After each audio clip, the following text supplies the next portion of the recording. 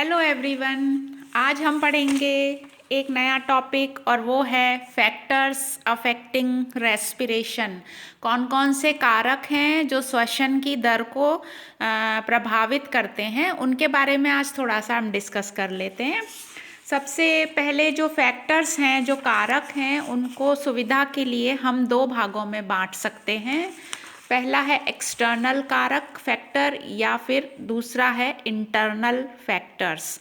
तो बाह्य कारक और आंतरिक कारक, उनको हमको इस पर आता है फुल क्वेश्चन के रेस्पिरेशन या श्वसन की दर को प्रभावित करने वाले कारकों पर एक लेख लिखें।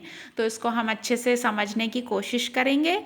सबसे पहले हम लेते हैं external factors, one by one समझेंगे। सबसे पहला है टेम्परेचर या तापमान।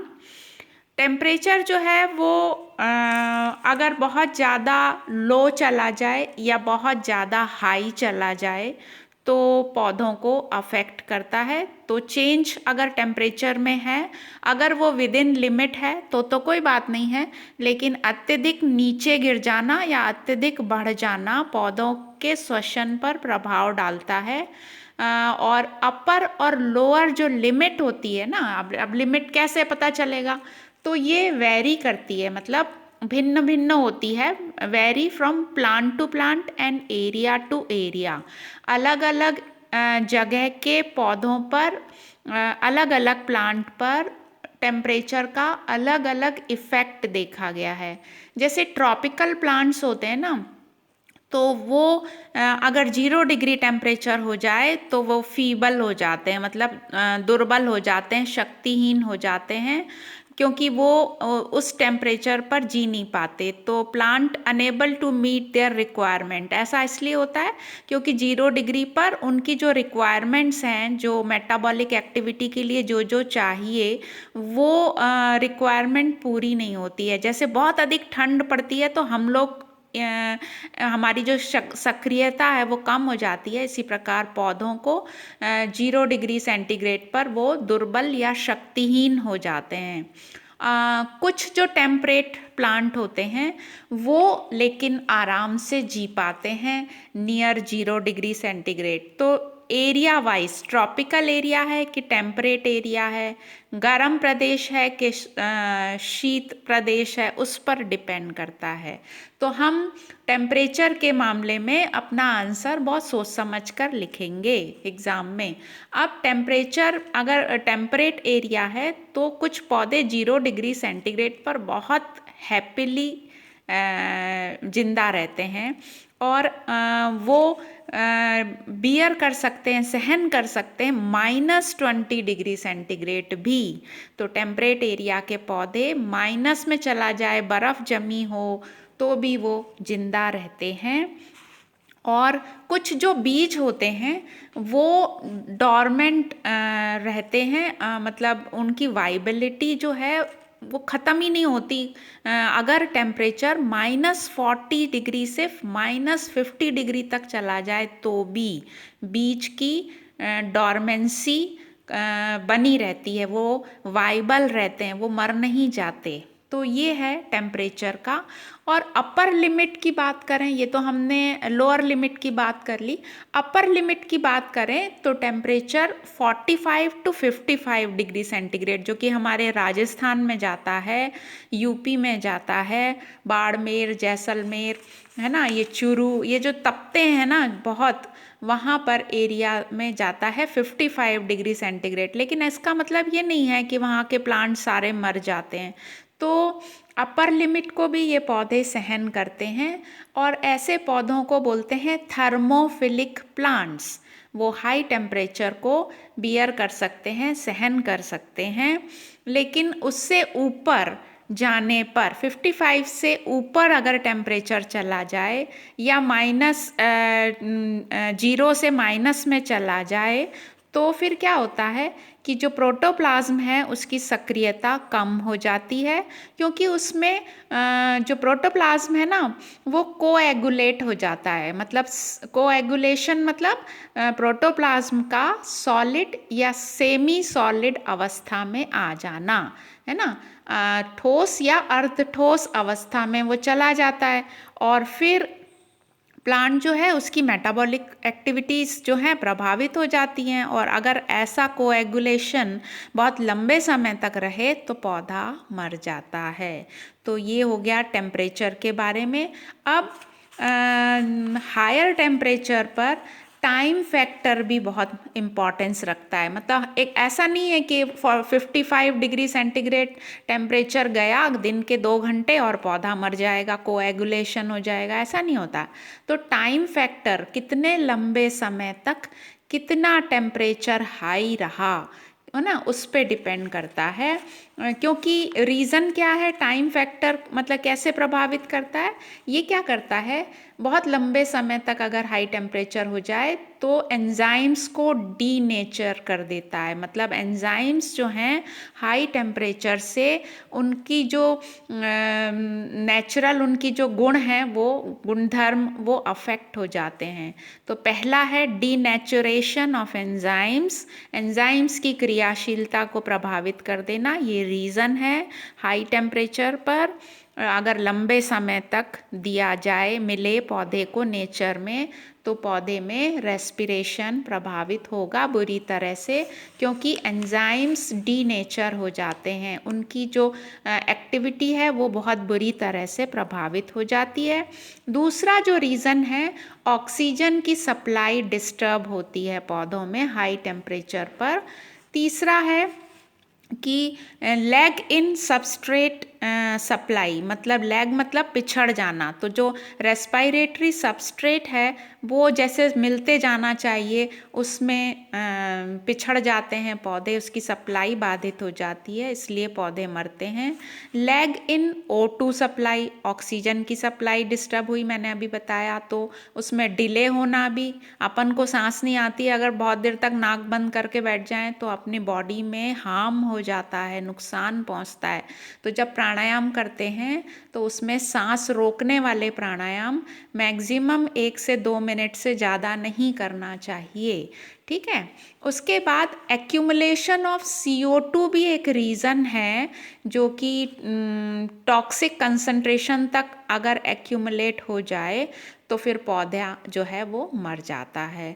तो ये है टेम्परेचर को लेकर बहुत सारे बातें। अब ऑप्टिमम टेम्परेचर की बात कर लें कि भाई हाई भी नहीं होना चाहिए, लो भी नहीं होना चाहिए। तो ऑप्टिमम टेम्परेचर जो है वो पौधे जो हैं अगर ट्रॉपिकल हैं, उष्ण प्रदेश है, तो वहाँ पर जो तापमान है, जो अनुकूल तापमान होता है वो होता है 25 से 30 डिग्री सेंटीग्रेड। इस पर पौधे खुशी खुशी जिंदा रहते हैं, उनकी एक्टिविटीज़ नॉर्मल चलती हैं और ग्रोथ अच्छे से होती है।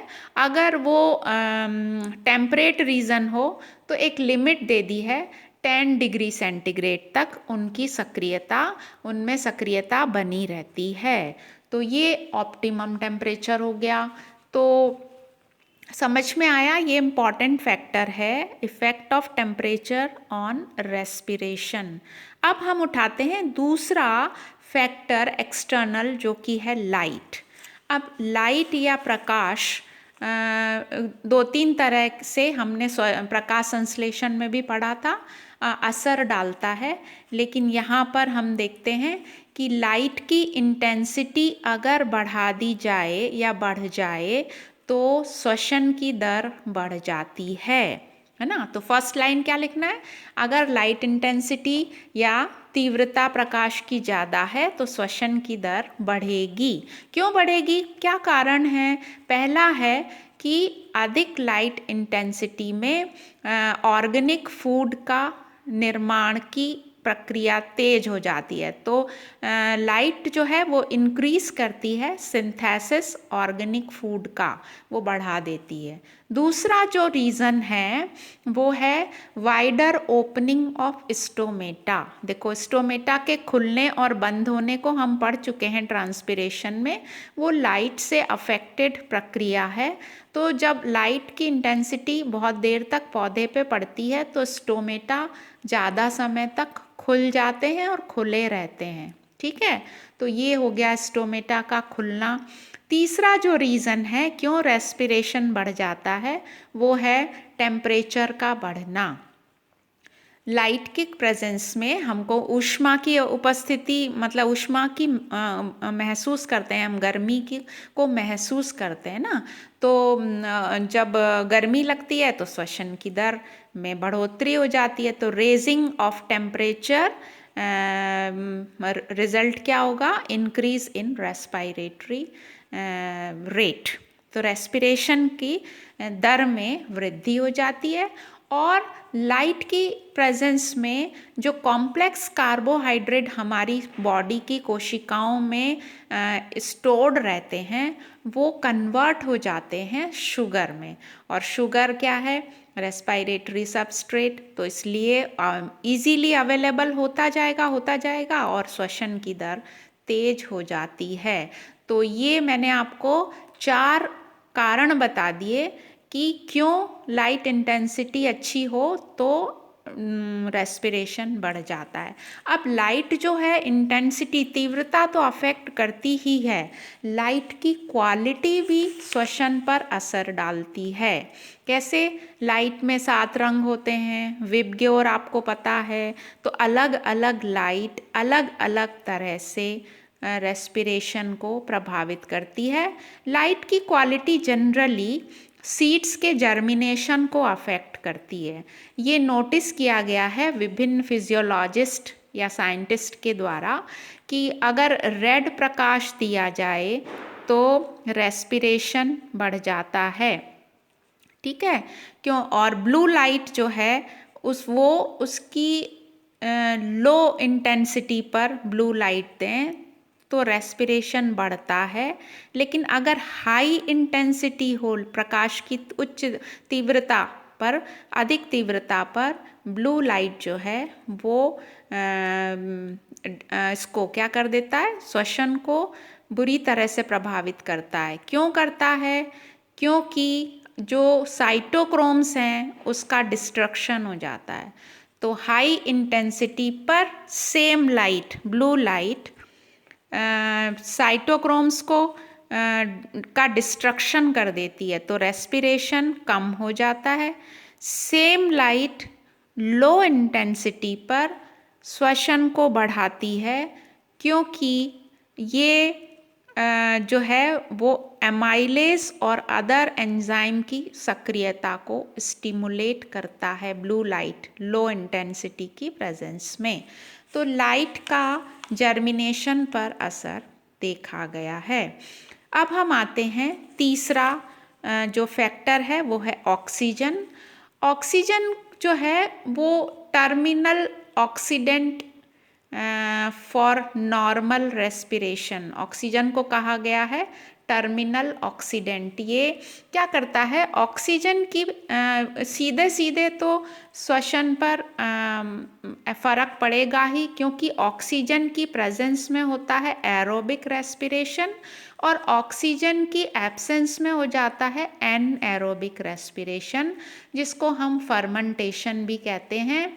तो अवायवीय श्वसन तब होता है जब ऑक्सीजन वातावरण में कम हो और ऑक्सीजन की प्रेजेंस में वायवीय श्वसन चलता रहता है।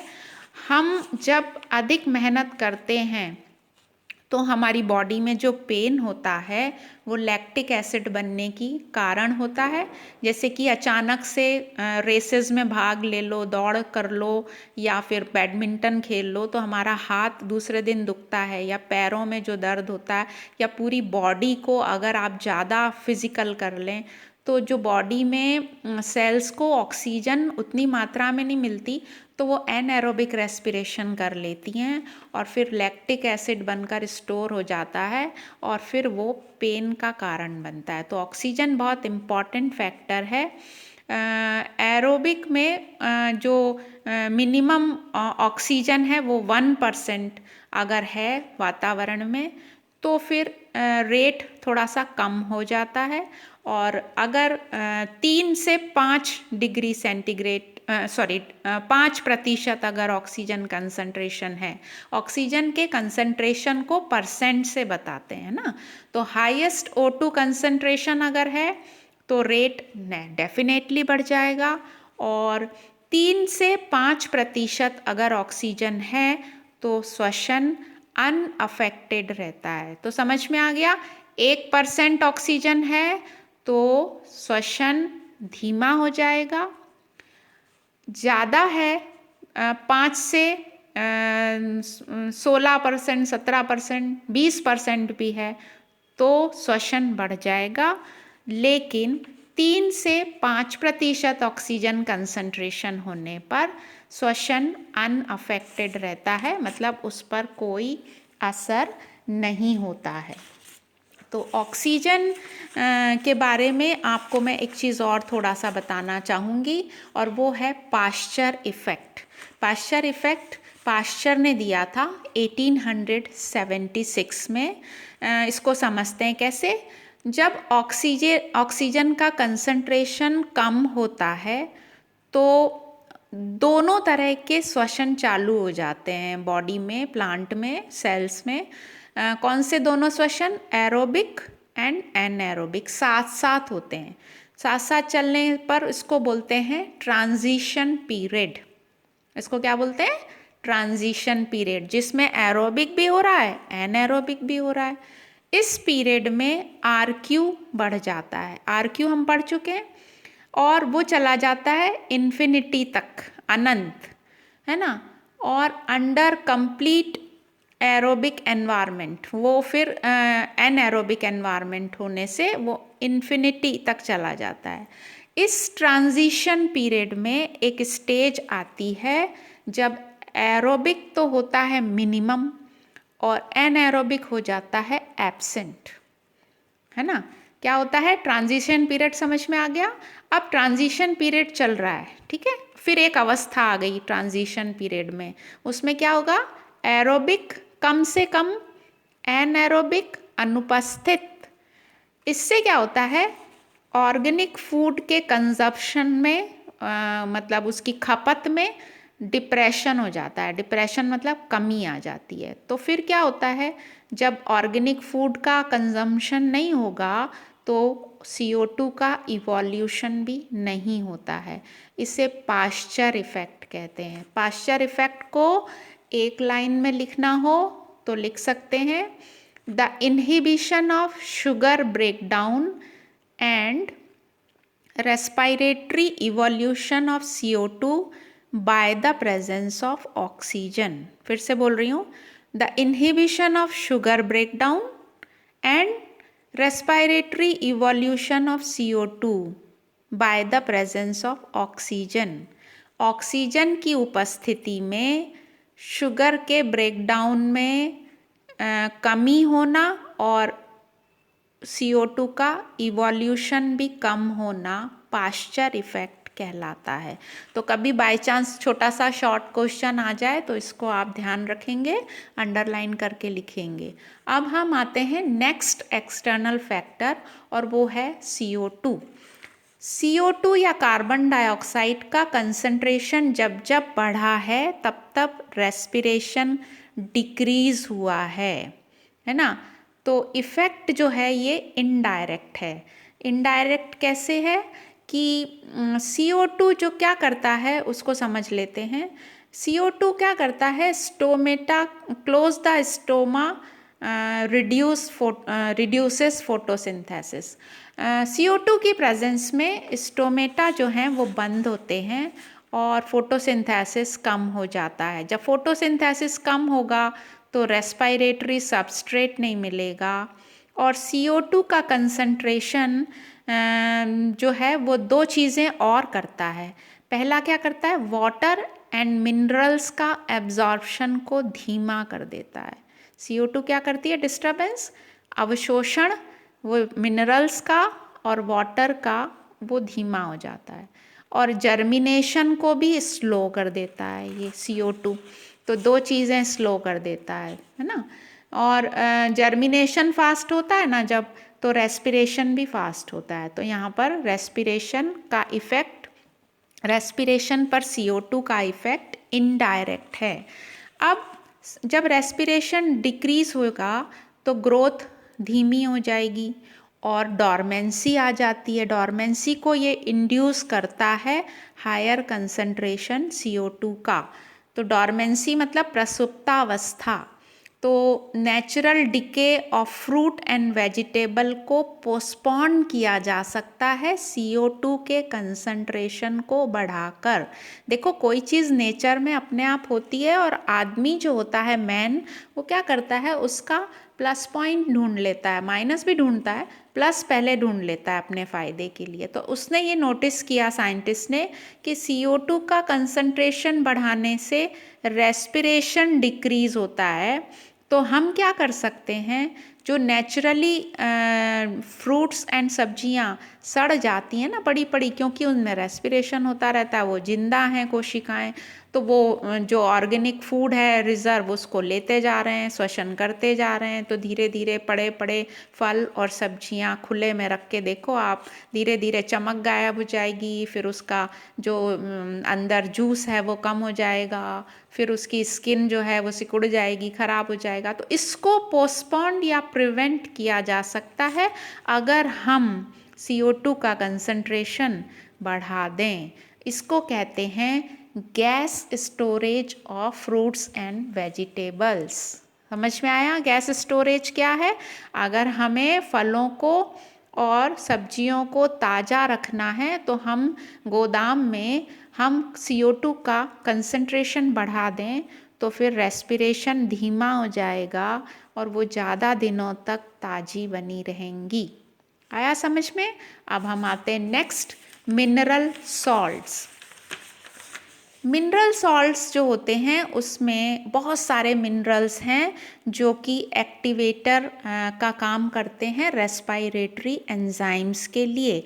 वो क्या करते हैं, उनकी सक्रियता को बढ़ाने का, उत्प्रेरक का काम करते हैं। उनको बोलते हैं कोफैक्टर। जैसे NAD FAD को बोलते हैं कोएंजाइम, इनको बोलते हैं कोफैक्टर।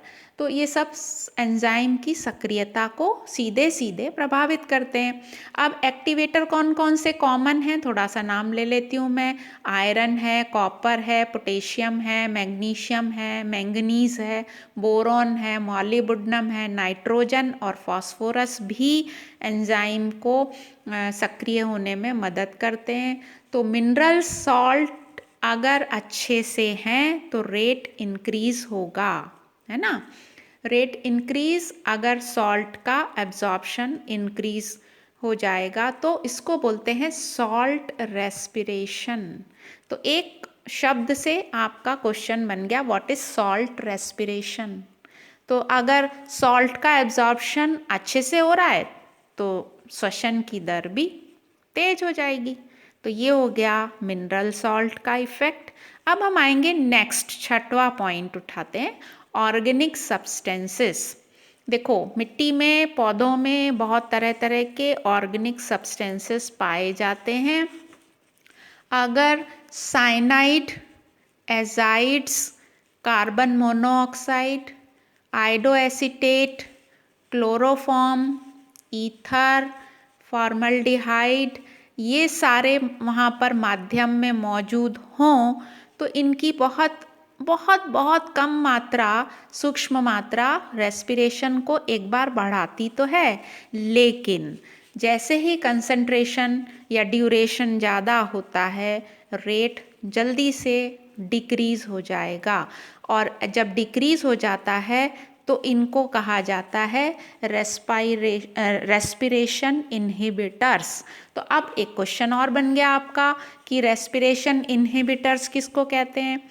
तो वो ऑर्गेनिक सब्सटेंसेस जो रेस्पिरेशन की दर को हल्का सा बढ़ाने के बाद एकदम से डिक्रीज करते हैं, इनहिबिटर की तरह काम करते हैं। इनहिबिशन मतलब निरोधी, तो वो रोक देते हैं, उसको हम रेस्पिरेशन इनहिबिटर्स कहते हैं। तो ये नाम आपको याद रखने हैं और 1 नंबर 2 नंबर का क्वेश्चन हो सकता है। अब विद इन लिमिट, अगर ऑक्सिन्स और जिबरेलिन्स, जिसको हम आगे चलकर पढ़ेंगे, ये हैं ग्रोथ हार्मोन्स, ये अगर लिमिट में मौजूद हैं पौधे में, सेल में, टिश्यू में, मिट्टी में, माध्यम में, तो रेस्पिरेशन बढ़ेगा, है ना। इसी तरह से कुछ हर्बिसाइड्स किसको बोलते हैं? वो केमिकल्स जो हर्ब्स के अनवांटेड प्लांट्स, जिनको वीड भी कहते हैं, उनके रिमूवल के लिए डाला जाता है, वो भी श्वसन की दर को बढ़ा देते हैं। तो ये हो गया ऑर्गेनिक सब्सटेंसेस माध्यम में क्या करते हैं, क्यों करते हैं। अब हम आते हैं मैकेनिकल स्टिमुलेशंस पर, जो कि है हमारा 7वां पॉइंट एक्सटर्नल फैक्टर्स के केस में। मैकेनिकल स्टिमुलेशन में देखा गया है कि किसी पौधे को बेंड कर दो, मतलब मोड़ दो, या किसी पत्ती को रगड़ो, रबिंग बोलते हैं उसको, तो क्या होता है, श्वसन की दर में वृद्धि देखी गई है। ये मतलब साइंटिस्ट जो हैं वो चैन से नहीं बैठते हैं ना, तो उन्होंने ये भी करके देख लिया कि पत्ती को रगड़ो दोनों हाथों के बीच में, पत्ती को मोड़ दो, पेड़ को मोड़ दो, तो उन्होंने ये देखा कि जो स्टिमुलेशन है वो क्या करता है, बायोसिंथेटिक एक्टिविटी को बढ़ा देता है ना, और ये सडन राइज कर देता है रेस्पिरेशन में 20 से लेकर 183 तक, है ना। तो रेस्पिरेशन बढ़ जाता है। अब इस रेस्पिरेशन को एक नाम दे दिया, इस रेस्पिरेशन को कह दिया इंड्यूस्ड रेस्पिरेशन। मतलब आपको ऐसा लग रहा है कि कोई पौधा मर रहा है, उसमें श्वसन नहीं हो रहा है, तो आप उसको हल्के हाथ से रब कर लो तो उसमें रेस्पिरेशन बढ़ जाएगा। जो कोई प्यार से सहलाते हैं ना, उन जिस घर में पौधों को प्यार किया जाता है, टच किया जाता है ना, हल्के से उनको छुआ जाता है, रबिंग अगर हो रही है बहुत हल्की हल्की, तो वो पौधे बहुत प्यार से बड़े होते हैं, शायद इसीलिए कि रेस्पिरेशन बढ़ जाता होगा इनमें। तो ये है इंड्यूस्ड रेस्पिरेशन। समझ में आया।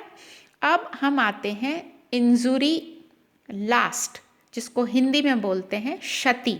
क्षति या इंजुरी ये कई तरह से होती है। जैसे फॉर एग्जाम्पल हम लॉन में बैठे हैं घास के, और हम क्या कर रहे हैं, बैठे बैठे सोच रहे हैं कुछ और हाथ हमारे क्या करते हैं, घास को नोचते रहते हैं, तोड़ते रहते हैं, तोड़ते रहते हैं। कभी नोटिस करना, आप खाली बिठा दें आपको तो आप खाली बैठ नहीं सकते हो। या फिर आप गार्डन में जा रहे हो, घूमते घूमते सामने कोई डाली आ गई आंखों के आगे, उसको आप तुरंत तोड़ देंगे, मोड़ देंगे। कोई पत्ता है उसको चलते चलते नोच देंगे। तो ये जो इंजुरी होती है पौधे को ह्यूमन के कारण, या और भी होती हैं वो मैं बताऊंगी, या फिर कोई एनिमल निकला उसकी वजह से डाली टूट गई। जैसे हाथी होता है जंगल में, वो सीधा सीधा कभी नहीं चलता है, तो वो तोड़ता हुआ चलता है। तो जो इंजुरी होती है उससे कुछ समय तक रेट इंक्रीज होता है श्वसन का। क्यों?